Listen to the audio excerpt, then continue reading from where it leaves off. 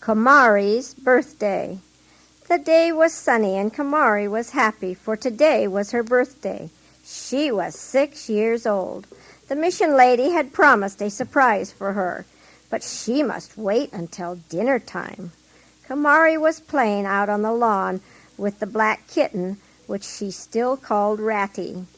Lotus and Kusumo had just finished their work at the mission and were coming out to join Kumari in the fun. As they were watching Kumari, she suddenly screamed, "No, Ratty, no!" Coming out from under the bush behind which the kitten had been hiding was a snake. It was small, but all snakes in India are feared, for so many of them are very, very poisonous. "No, Ratty! Don't play with him!" the girl shouted, but Ratty did not seem to hear. He was having so much fun. He jumped at the snake, and at the same time the snake struck at Ratty. Kumari ran to save the kitten, but just as she took the animal in her arms, the snake struck again, this time at Kumari. There was another scream as Kumari fell to the ground, firmly holding Ratty in her arms. Lotus and Kusumo ran quickly. Orlo, one of the native workers, came out to see what had happened. As soon as Lotus exclaimed, Orlo gathered Kumari in his arms and carried her to the doctor, with Lotus and Kusumo close behind. The doctor was busy, but he came as quickly as he could. He gave Kumari some anti-venom medicine in the magic needle and then proceeded to draw out the poison. "Oh, please don't let her die," begged Kusumo as she touched the doctor's white coat sleeve. "She's my sister, the little princess." "I will do everything I can," the doctor assured her. Then he spoke to Orlo. "First of all, dispose of the snake. No doubt it is still near the same bush. Next, take the kitten to the laboratory. I wish to examine it, for it is probably already dead. Then go as quickly as you can and bring Kumari's parents. They should be here within an hour." The mission doctor turned to Lotus. "Can you find the mission lady or Mela for me right away?" Turning to Kusumo, he said kindly, "You may stay right here and hold her hand. You need not be afraid. We will do everything we can for your sister. You believe me, don't you?" "Yes," said Kusumo, smiling through her tears. "I trust you." During the hot morning and far into the afternoon, Kusumo sat on a little stool by Kumari's bed, holding her hand. Father and Mother came. They had a long talk with the mission doctor in another room. The mission lady and Mela spent much time caring for little Kumari, bathing her face and body and giving her things to drink. Kusumo could tell that Kumari was very sick. But the mission doctor had said that she would not die. She would be sick for many hours, but the magic needle would make her well. The God in heaven would not let her die. They had all prayed to the God in heaven. Kusumo patted her little brown hand. "Yes, sister, soon you will get well. Then someday we will go out into the big world and tell people about the God in heaven." The mission lady did not forget the surprise she had for Kusumo's birthday, for she brought it in at supper time. It was a beautiful little cake with 6 lighted candles. Kumari was asleep, but Kusumo was so thrilled at the sight she wanted to awaken her sister that she might see it also. The mission lady said, "No, she needs her sleep now. We will keep the cake and light the candles when she is feeling better, so she may enjoy it." Orlo, too, has a gift for Kumari. He has been working on it all afternoon. It is outside on the lawn, and I am sure she will like it when she is able to go outside again. Now I will bring your lunch on a tray. We will put a cot here for you to sleep on, close to Kumari's bed. At bedtime, the mission lady told Kasumo a story, and then she made both girls comfortable for the night. Little White Nose.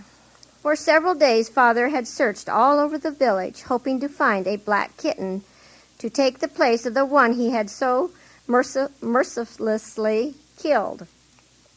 He was ashamed that he had become angry, and he realized he had made his little girls very unhappy. Now that another black kitten had lost its life, he wished that he might find one to take its place. The doctor had told him that if Kumari had received the first bite of the snake, it might have been fatal. The kitten received the greater portion of the poison, so Kumari's life had not been in so great a danger. Father saw a number of kittens in the village, but they were not nice and fluffy like Ratty. Most of the cats were skinny and underfed. When anyone approached them, they scurried out of sight. They would not make good pets. Finally, he found a black kitten, a tiny creature that had lost its mother. No one seemed to claim it or want it, so Father gave a small coin to the boy who brought it to him, saying, "It is for a sick little girl who loves kittens. I wanted to find one for her birthday. She will love and care for this kitten, and perhaps it will grow big and strong." Father carried the kitten gently in his hands as he went to the hospital. He was anxious to see the results of the magic needle the doctor had used to fight the snake bite. Father liked the doctor, and he no longer hated Christians. He was beginning to believe in the God in heaven. As Father turned into the main road, he noticed a familiar figure standing before him. It was the charm doctor. "I have been hearing strange things about you," said the charm doctor. "You have not carried out the instructions about your little girls. You did not take them to the temple. I warned you before of the curse that would come to your family, the curse of snakes." The curse of snakes? For a moment, Father felt a surge of cold in the back of his neck, for had not Kumari been bitten by a snake? But it was the kitten that died, and the kitten did not belong to his family. Father said, "I no longer fear the curse of snakes. You are inviting bad luck. See, you are carrying a black cat in your hand." The charm doctor pointed at the little black kitten. "Do you not realize it is black?" "Yes, it is black," agreed Father. "Do you not fear the curse?" said the charm doctor, knitting his brows together. Father did not fear the curse or what the charm doctor said he would do to him. "What you have heard is true," said Father. "I took my girls to the Christian mission instead of selling them as slaves in the temple. Now they are learning many things in school. The mission doctor is kind. He healed my little son where you failed. You took away my cow, but he gave me one to use until I can pay for it at harvest time. He has been a good friend to me." "Friend!" screamed the charm doctor. His voice was angry. He shook his beetle chain in Father's face as he cried, "You call him a friend?" But Father pushed the charm doctor aside. "Away with you, charms and your curses. I am taking this kitten to my little girl at the mission hospital. I have no time to talk to you." The charm doctor was surprised and angry as Father went on down the road. "You have insulted me. A curse be on you. I will kill you for this insult," shouted the evil man. Kumari was feeling much better. She was sitting on a stool when Father came to the hospital with his gift.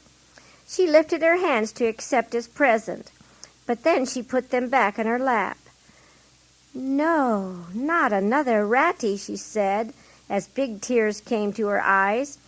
"I don't want another black kitty to die." Father reasoned with her. This kitty is not all black. See, it has a couple of white spots on its nose. It is tiny and it is very lonely. It has no mother to care for it. That is why I brought it to you. I know you will care for it and feed it well. I promise I will not harm it as I did your first pet. I brought this one because I love you." Kumari took the kitten in her arms and held it close. Then she lifted her eyes to Father and said, "I will take good care of it. I will call it White Nose." "What a nice gift, Father. Thank you for it, and most of all, for loving me." Father patted Kumari on the head. As he turned to leave the room, he said, "I must go now to see Kusumo, and then hurry home to Mother and Adho before dark." Kumari sat holding the kitten. It was so soft and warm in her arms.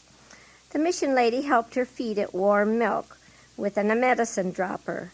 Kumari was delighted when little White Nose drank all the milk and went sound asleep on her lap. Later in the evening, Kumari was feeling quite well again. The good food, the fruit juices, and the medicine in the magic needle had done their work. The mission lady suggested that she could go outside for some fresh air. Orlo was waiting near the door. He wanted to show her what he had made for her. "It is for your birthday," exclaimed Orlo. "I hope you will like it." Kumari followed Orlo out to the lawn. She was all smiles when she saw a small wire cage that opened at the bottom. Inside the enclosure was a wild rabbit, nibbling the green grass between his paws. "Oh, I like him," said Kumari, clapping her brown little hands. "I will call him Long Ears." "Thank you, Orlo. You are so good to me. I will take good care of him." Kumari said she had never known such a wonderful, wonderful birthday. Mother had given her a basket woven from vines in the forest. Father had given her little White Nose, the motherless kitten, and Orlo had given her Long Ears, the wild rabbit, and the pen to keep him in. Mela had given her 2 tiny fish in a glass jar. Kusumo had given her a cluster of wild flowers that she had found in the clearing near the mission. Lotus had given her a small cake of sweet-smelling soap that made bubbles in the bath when she washed her hands. The doctor had given her a pad of paper and a magic stick or a pencil to write with.